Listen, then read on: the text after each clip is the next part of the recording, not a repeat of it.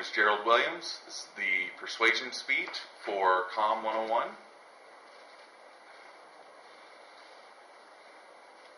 At the end of this speech, I am going to be making a very personal request of everybody listening to this.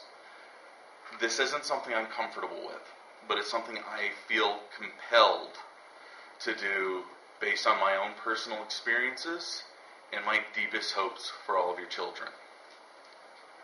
Today I'm going to be talking about autism, what it is, what we can watch for, in ways that we can reduce the disability involved with it. I'm going to start with my own experiences. Almost 9 years ago, my first son was born. He was wonderful, he was perfect, and everything was bliss. But by the time he was a year old, he still wasn't really crawling. He never did get up on his hands and knees. And the only way he had to communicate with us was still to just scream and cry. But we figured everybody progresses at their own rate. He'll catch up. It'll be fine. So we waited. At 18 months, he pretty much skipped regular crawling, went straight to an unsteady walking gait. And we took this as encouraging, despite the fact that he still had no interest in potty training and his speech had all but halted. But we comfort ourselves with stories about how his grandfather came to speaking late. So again, we figured he'll grow out of it. He's fine. It's okay. By the time he was 3 years old, he still spoke with just single-word utterances supported with grunts and gestures to tell us what he needed. So we figured, he's still not quite there on the potty training. We'll wait a year for preschool. He'll grow out of it. It'll be fine. By the time he was 4 years old, he finally got to the point where he was no longer having accidents outside the home. And we felt we had to get him started on his education. So at 4 years old, we finally got him into preschool. And despite their monumental efforts, they weren't able to handle his challenges, his communication difficulties. But fortunately, they were able to recognize it for what it was. My son isn't going to grow out of it. My son is autistic, and we needed help. For 4 years, because we refused to accept that there might be something seriously wrong, my son did not get the help he desperately needed. For 4 years, I waited to get to know my son. And for 4 years, my wife, his mother, waited to hear her baby tell her that he loved her.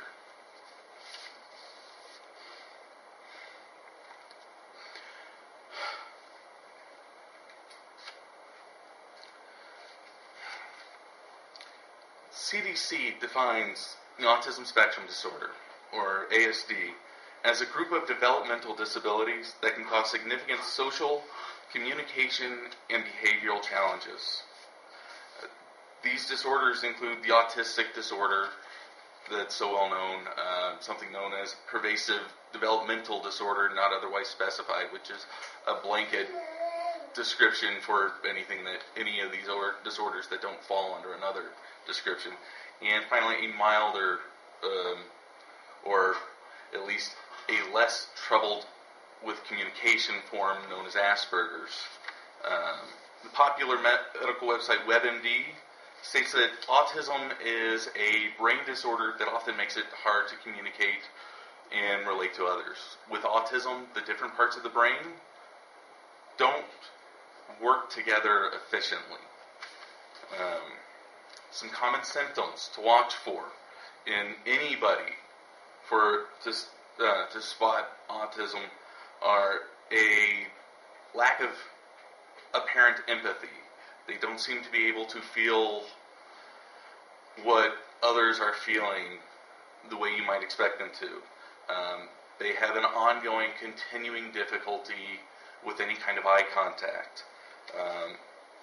There tends to be repetitive movement. It's flicking the fingers, flapping the hands, the arms, or moving any part of the body they've got control over. Another common one, especially in children, is unusual play involving maybe organizing the toys instead of just playing with them, or playing with a small specific part of it, like the wheels on a car, instead of driving it around. And finally,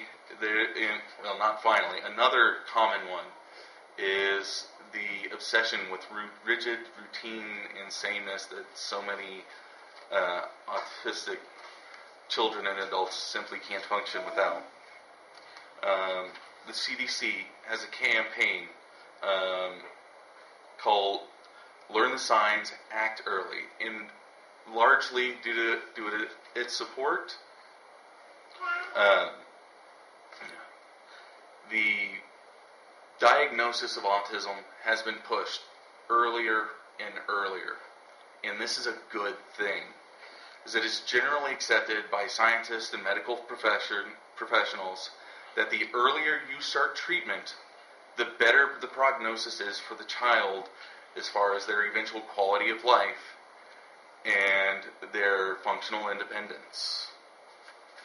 In fact, one recent pilot study that was just published a couple of months ago by UC professors of psychiatry and behavioral sciences, Sally J. Rogers and Sally Ozanoff, published in the Journal of Autism and Developmental Disorders, suggests that by starting treatment as early as 6 to 15 months, many children can catch up on their learning and language skills by age 2 or 3 to the extent where their diagnosis is no longer clinically significant.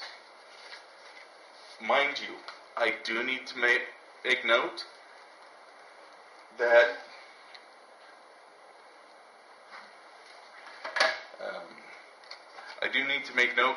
there is no cure for autism.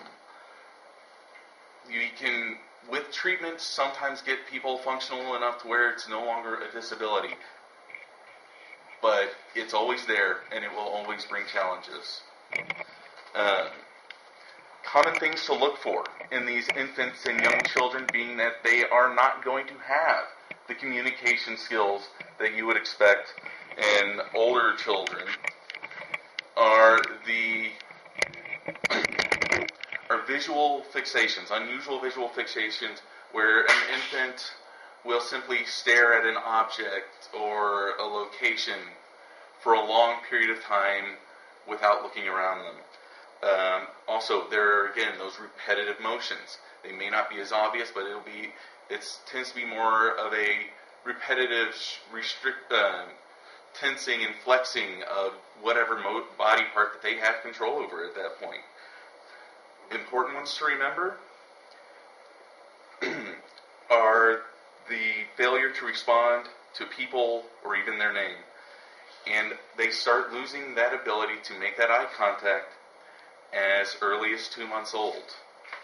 The important thing to remember with children this young is missing the developmental milestones will be much more obvious than any unusual behaviors that they've not had time to develop yet. If you see any of these signs, don't wait. Get your child evaluated. Get them treatment as early as possible. To summarize, autism affects every aspect of a person's life. It is utterly pervasive, but usually to some extent treatable. The one regret I have in life is that I waited so long and missed so much before I got my son the help he drastically needed. So now I come to my request for all of you. I beg of all of you, for your sake, and more importantly, for the sake of your children, learn the signs, act early, and if necessary, get them the treatment they need. Thank you.